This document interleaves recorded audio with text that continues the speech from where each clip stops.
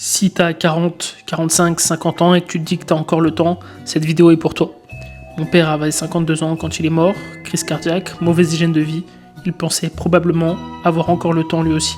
Dans cette vidéo, je te montre exactement comment j'organise ma vie pour ne pas reproduire ce schéma, mes courses, ma vision, mon petit déjeuner, mon organisation quotidienne, des choses concrètes que tu peux appliquer cette semaine. Pas de théorie, ce que tu vas voir, c'est ce que je fais vraiment.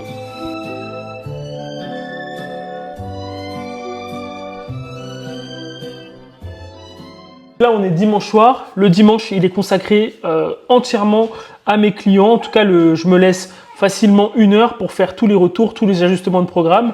Là, ici, comme tu peux le voir, actuellement, j'ai 14 clients. Et donc là, c'est le moment où je revois les retours que j'ai eu pendant la semaine, les ajustements, les modifications au niveau des exercices. Et c'est là où j'ajuste pour la semaine suivante pour éviter de se blesser, les ajustements de progression, etc. etc. Donc voilà, c'est le moment où je prends le temps pour mes clients le dimanche après-midi, comme je sais qu'ils ont fait toutes leurs séances de la semaine, pour tout modifier, agencer ce qui est agencé, ajuster ce qui doit être ajusté, enlever ce qui doit être enlevé, et pour toujours plus de personnalisation. Donc voilà.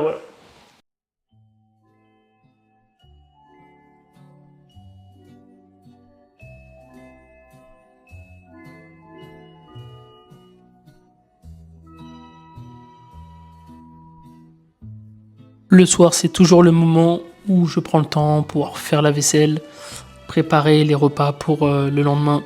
En général, c'est la veille au soir qu'on prépare les repas. Tout ce petit temps-là pour organiser, préparer et réfléchir à ce qui nous attend le lendemain. Aujourd'hui, c'est ma séance haut du corps. La séance haut du corps que je fais toujours le lundi. En tout cas, j'essaye de la faire toujours le lundi. Comme je travaille à la salle, je peux me libérer ce temps-là pour m'entraîner. Mais je ne prends pas non plus 1h30. 45 minutes, ça suffit.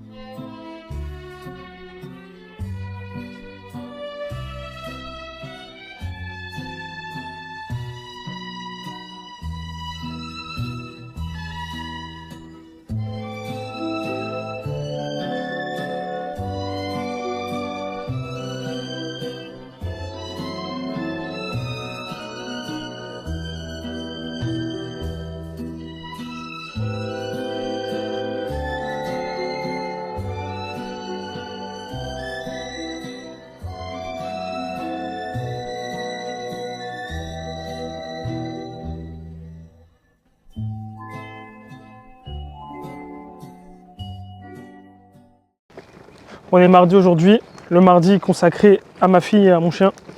Je prends le temps. Depuis la naissance de ma fille, j'ai enlevé ce jour de travail. Bon, je travaille toujours un peu, évidemment. Toujours des suivis, etc. Mais plutôt, du coup, à la maison. Et le matin, je prends un petit temps pour faire une petite balade avec ma fille, avec mon chien. Mon chien, je ne sais pas si on va le voir, qui fait le foufou là-bas. Et ouais, c'est important de prendre ce temps-là. En tout cas, moi, j'ai pris ce temps-là. J'ai pris ce temps-là, il est là, le petit père. Moi j'ai pris ce temps-là pour mon chien, pour ma fille, pour m'occuper d'eux, pour avoir des moments de qualité, que ce soit, comme j'ai dit, pour mon chien ou pour ma fille. J'ai envie que ma fille soit proche de moi quand elle grandira. Et donc je fais en sorte de vraiment rester disponible. Là on va dire que pour l'instant c'est un peu anodin, parce qu'elle est encore petite, c'est pas des moments dont elle se souviendra. Moi oui, mais elle pas forcément. Et c'est déjà une habitude que j'ai prise. Comme ça, c'est déjà dans mon emploi du temps. Et dans les prochaines années, ce sera le moment consacré à nous deux. Et puis j'ai envie de dire aussi que j'ai hâte qu'elle grandisse aussi, qu'on puisse faire des activités un peu plus plaisantes. Le rôle de père, c'est quelque chose qui est vraiment, vraiment important pour moi. Et c'est pas pour rien que je le suis d'ailleurs, mais vraiment important. J'ai besoin d'être présent, j'ai envie d'être présent, et on va dire que j'ai pas eu non plus les meilleurs exemples. Donc j'ai envie de faire tout l'opposé de ce que moi j'ai eu. J'ai envie de donner à ma fille une enfance, en tout cas la présence d'un père que moi j'ai pas forcément eu. Père dans le sens pas juste géniteur, mais dans le sens la figure paternelle et tout ce que ça implique. Et donc oui, c'est pour ça que je prends ce temps-là pour être présent. Je m'occupe d'elle comme ferait n'importe quel père, comme doit faire n'importe quel père finalement. Et c'est en ça aussi qu'il faut prendre ses responsabilités. Parce que moi, je sais pas si tu sais, mais mes deux grands-pères sont morts assez jeunes. Mes grands-mères, elles leur ont mis 10 ans de plus déjà, facilement là pour l'instant. Pour l'instant, elles sont encore en vie, donc c'est pas fini. Et mon père aussi est mort. Donc toutes, on va dire, les figures paternelles de mon côté, de lien du sang direct, sont morts jeunes. Et donc pour moi, j'ai pas envie d'être dans la lancée, dans la même direction. C'est pour ça que je fais mon sport d'ailleurs, c'est pour ça que je suis devenu coach en partie aussi, je pense, même si c'était pas forcément conscientisé, mais je m'en suis rendu compte. Et c'est pour ça aussi qu'au niveau de mes coachings, ça a vite matché avec les profils plus de 45, etc. Parce qu'il y avait cette dynamique santé, longévité, et puis éviter le déclin, éviter justement de faire comme moi, mes parents, en tout cas mes figures paternelles ont fait. Et donc c'est en ça que ma mission aujourd'hui, c'est d'aider les plus de 45 ans justement à éviter ce déclin, à rester force physiquement, à rester solide, à développer leurs capacités, retrouver leurs capacités, que ce soit mobilité, cardio, force, en tout cas être capable de tenir dans le temps, et ça en gardant une certaine autonomie, en bonne santé. Donc c'est la mission qui m'est tombée dessus entre guillemets, de par mon histoire, de par ce que j'ai vécu. Et c'est pour ça aujourd'hui que moi je prends ce temps-là pour moi-même, et aussi en tant que figure paternelle au sens transmission, au sens éducation. C'est pour ça que je suis et je serai présent au maximum de ce qui est possible évidemment. Et c'est pour ça déjà que pour l'instant je peux me permettre d'avoir le mardi et le jeudi. Mais pour l'instant je vais rester comme ça jusqu'à ce que j'ai peut-être besoin de retirer un jour, on verra avec l'évolution du travail, etc. Mais pour l'instant je peux me permettre d'avoir le mardi et le jeudi de libre, même si je travaille à la maison. Donc voilà. Là on est parti pour au moins une petite heure et demie de balade. Et ouais, ça va être sympa.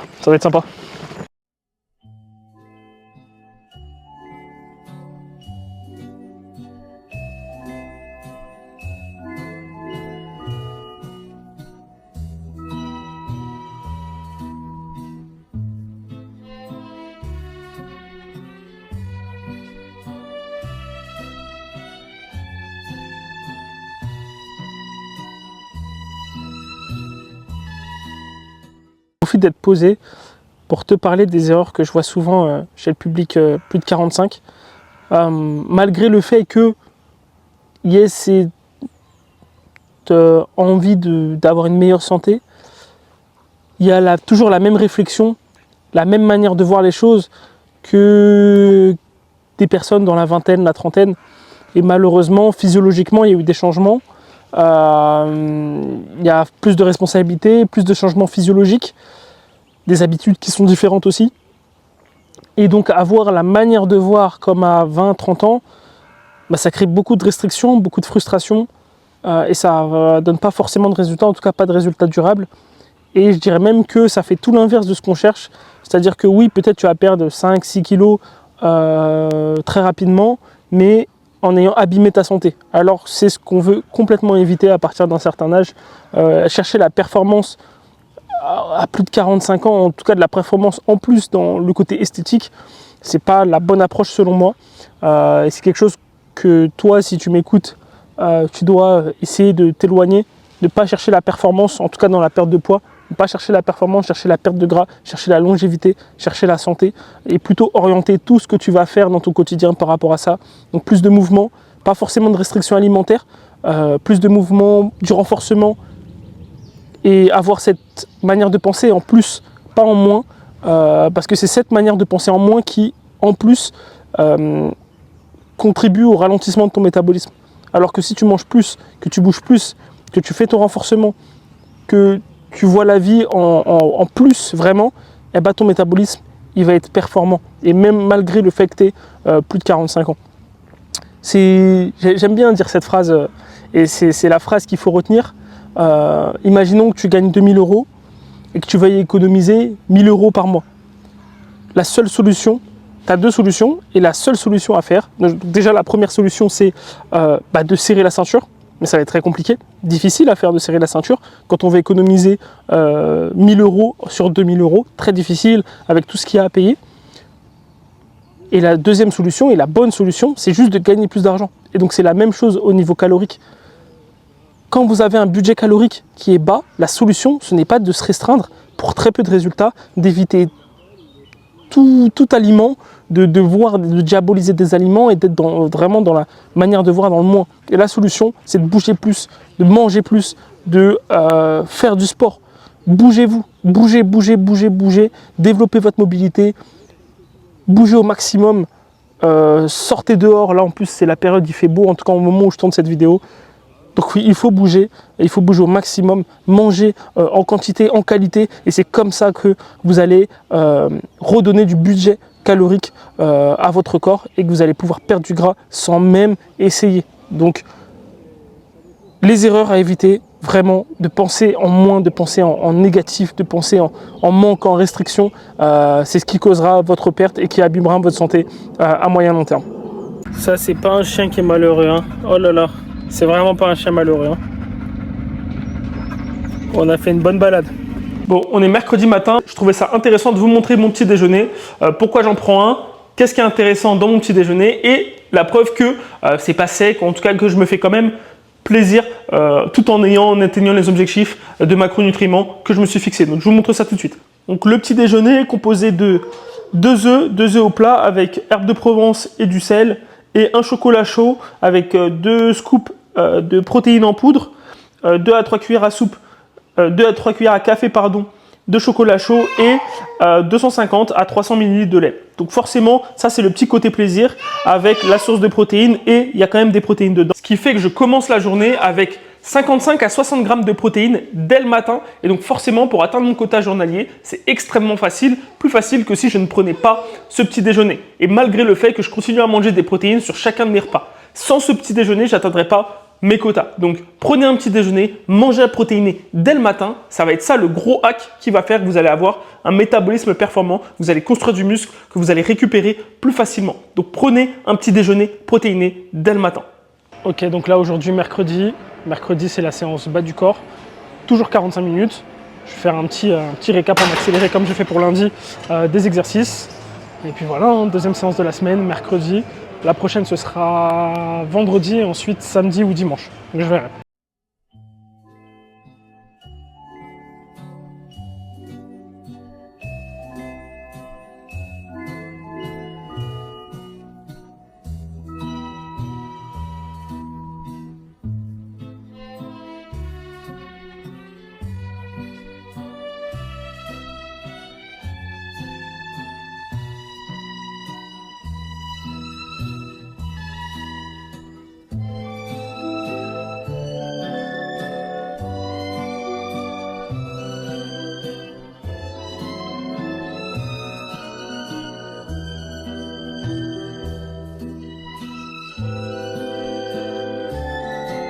Le mercredi soir, c'est le moment où on prépare nos repas pour la semaine à venir. Donc on a notre repas, notre semaine de repas et du jeudi au mercredi. Et donc tous les mercredis soirs, on prend le temps à deux de réfléchir à ce qu'on va manger sur les jours qui suivent. Et ça permet d'être organisé, de pouvoir anticiper, même si on reçoit des invités, si on va chez d'autres personnes, de toujours savoir ce qu'on mange, pour quel jour. Et on choisit toujours des choses qui nous plaisent et où on sait qu'on a les bons nutriments nécessaires. On est jeudi, jour des courses. Pourquoi le jeudi? Parce qu'il y a le moins de monde. Pourquoi le matin? Parce qu'il y a moins de monde. Donc là on est le 14 mai, c'est férié, donc on en a profité pour aller directement faire les courses. Ça va nous prendre une demi-heure, 35 minutes grand maximum. Là il est à 9h18, je sais pas si on peut voir à la caméra, 9h18. Et donc là, d'ici une petite demi-heure, on aura fini nos petites courses qu'on a préparées la veille. Donc voilà. Ok, donc là, on vient de finir. Il est 9h50. Je sais pas si on voit bien. 9h50. Et encore, on a rangé la petite dans la voiture. On est sorti du magasin. Donc, on a pris vraiment 30 minutes pile. Et c'est un caddie qui est assez rempli. On a plusieurs sacs. Donc, on a pris quand même le temps. On a pris pas mal de choses. C'est pas des petites courses.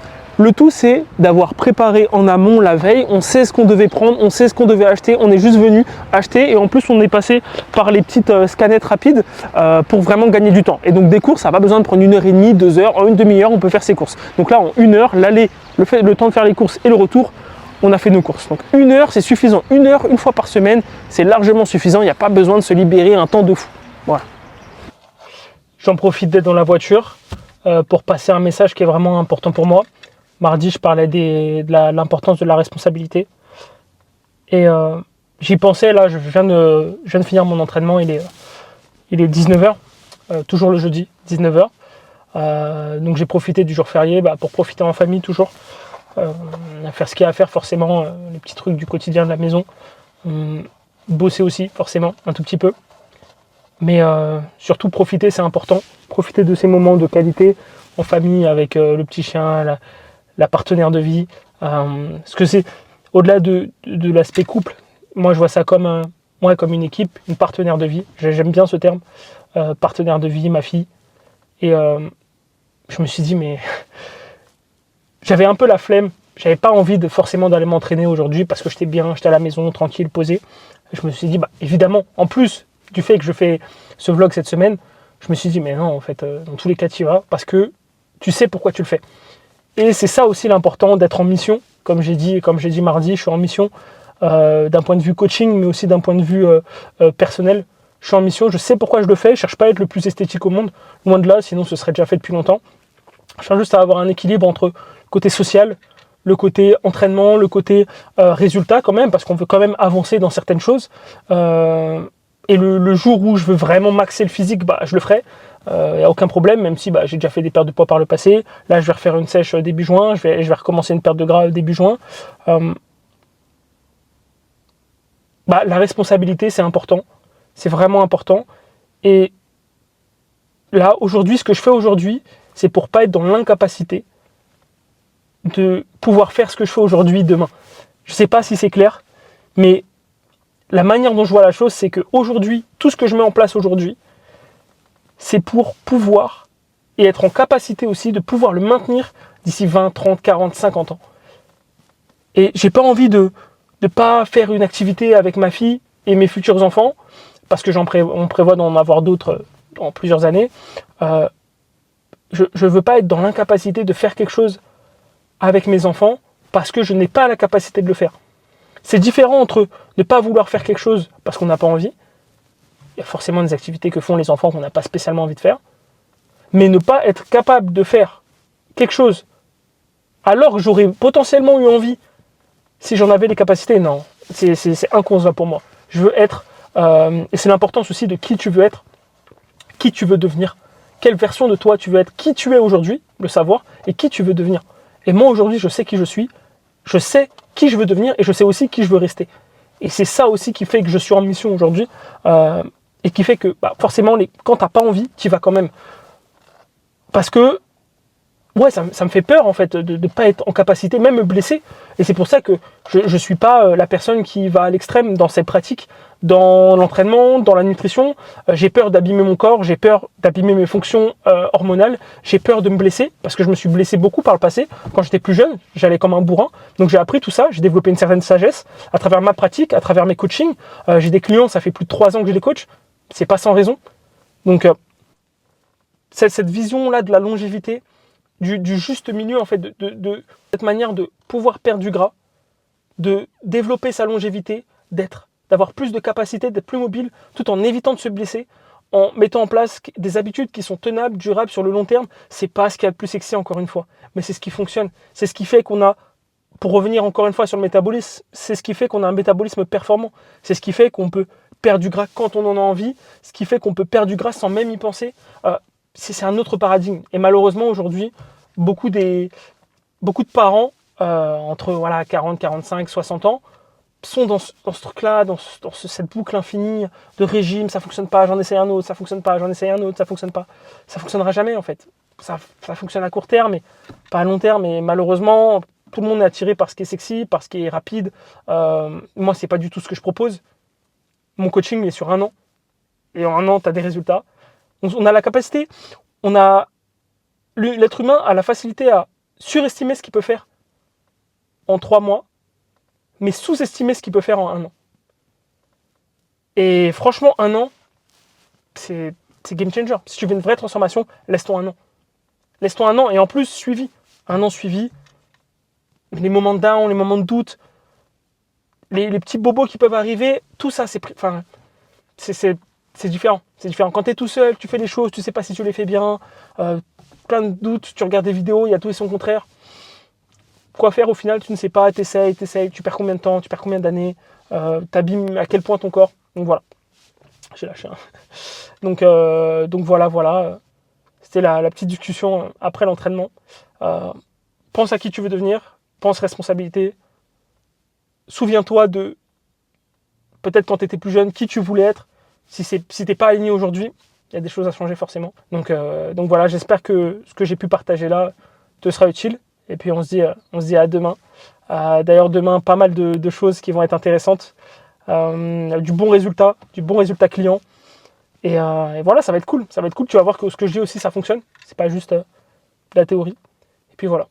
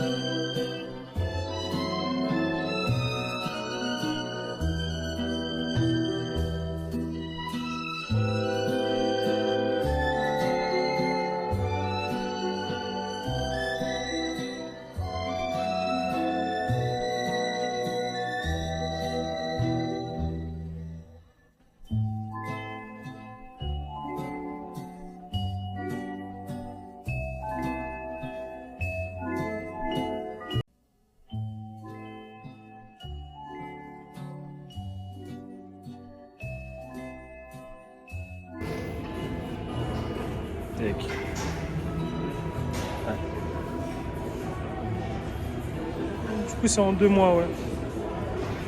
Parfait. On est samedi, 11h, balade avec la team. Et toujours une petite réalisation. Et quelque chose que je vois beaucoup aussi avec les parents avec qui je parle au quotidien, avec ceux que j'accompagne, avec ceux avec qui je parle de manière générale. C'est la manière de percevoir l'égoïsme et de se dire que prendre soin de soi, prioriser, avoir du temps pour soi, c'est quelque chose d'égoïste.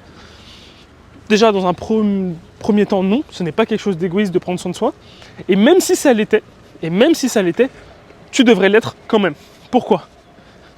Parce qu'au final, tu vas donner tout de toi, de ta personne, pour les autres, tout le temps, constamment, pour tes enfants, pour ton travail, etc. Tout le monde va profiter de ton énergie à part toi. Sauf qu'à un moment, tu seras toi et toi tout seul avec toi-même. Et ces personnes-là que tu as aidées, à qui tu as tout donné, ils seront forcément ingrats, ils ne vont pas se rendre compte de tout ce que tu as fait pour eux. Et ça se retournera contre toi, il y aura l'incompréhension et tout ce qui s'ensuit. D'accord ? Donc, prendre soin de soi, c'est se prioriser à des moments. Ça ne veut pas dire, évidemment, de tout envoyer chier, etc. Mais c'est se prioriser à des moments. Soit tu dis, ok, là pendant 1, 2, 3 ans, je me priorise, c'est moi en priorité. Soit tu fais ça un peu tout le temps. Tu as tes moments à toi pour notamment aller au sport, pour prendre soin de toi d'un point de vue esthétique, te faire masser ou faire tout simplement une activité que tu aimes de manière totalement égoïste, mais parce que cet égoïsme-là va servir au final encore plus au tien parce que tu seras mieux dans ta tête, mieux dans ton corps et donc tu pourrais être 100% disponible pour les gens qui sont autour de toi, tout simplement. Et donc tout ça pour dire que prendre soin de soi, ce n'est pas être égoïste et que même si ça l'était, c'est nécessaire pour le bien de tout le monde et de tous ceux auxquels tu tiens. Donc, prends soin de toi, sois égoïste. Ok, là on est dimanche, les parents de Marie viennent de partir, donc on les a reçus tout à l'heure. Donc la preuve que même quand on est coach, on reçoit aussi des gens, on doit aussi gérer les repas sociaux. Donc la semaine dernière, on a eu une amie à elle qui est venue, là c'est ses parents qui sont venus. On avait fait un petit saumon poireau riz. L'avantage c'est que ses parents ils mangent plutôt sainement de base, donc le repas qu'on a préparé, tout allait bien, ça leur allait aussi.